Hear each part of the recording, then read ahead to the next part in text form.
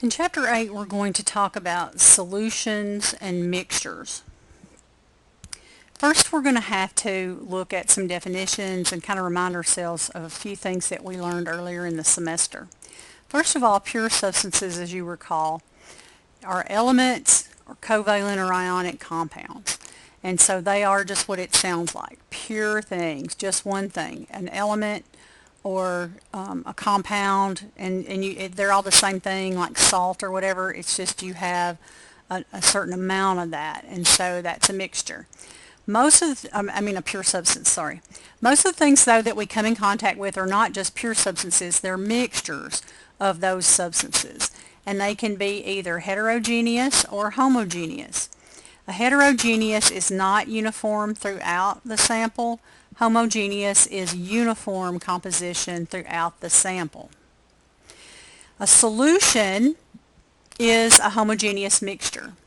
And a homogeneous mixture that is a solution has very, very small particles, and so you can see through that because those particles are so small and so kind of spread out. And so that is a transparent thing, so you can see through it and light will go through it. It consists of two things, a solute, which is what you have the less of, and a solvent, which is what you have the most of. If the solvent is water, then you have an aqueous solution. So a solute, which is the small amount, plus a solvent, which is the large amount, gives you a solution, okay, which is the mixture of the solute and the solvent together. And it doesn't just have to be a liquid and a solid, a solid and a liquid. When we think of these solutions, usually we think of something like saline. Saline is a solid dissolved in a liquid. It's sodium chloride salt that we put into water, and then it's dissolved, and so that is a solution.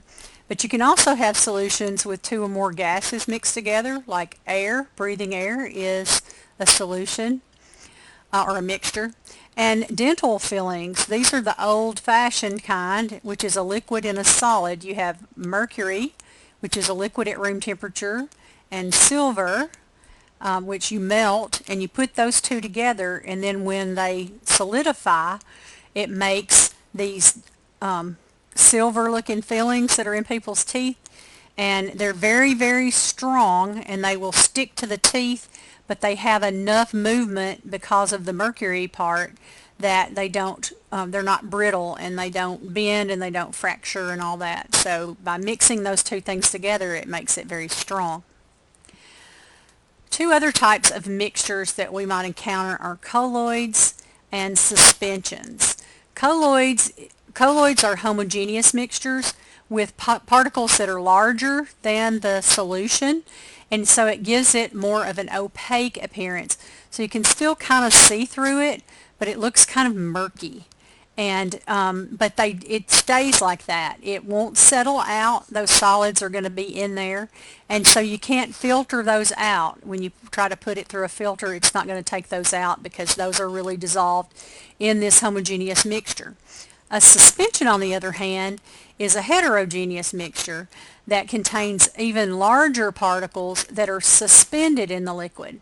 And because they're suspended in the liquid, if you let that sit, what will happen is they will fall to the bottom. And so you have to shake them up, and then if it's a medication or something, you're going to drink that before the solids fall back to the bottom, because once you set it down, that's what's going to happen. Okay, they can be filtered, and they also can be centrifuged. So one good example of a suspension is blood, because we centrifuge that. It's heterogeneous because it has all different kinds of things in it, but you can separate them by using filtration or by using a centrifuge. So to summarize, a solution has really small particles. 10 to the minus 9 meters is a nanometer. It will not settle, and you cannot separate it by physical means, by filtration. Colloids, a little bit bigger than solutions, up to 100 times bigger, or 1,000 times bigger, 10 to the minus 6 meters, but still will not settle out and cannot be separated by filtration.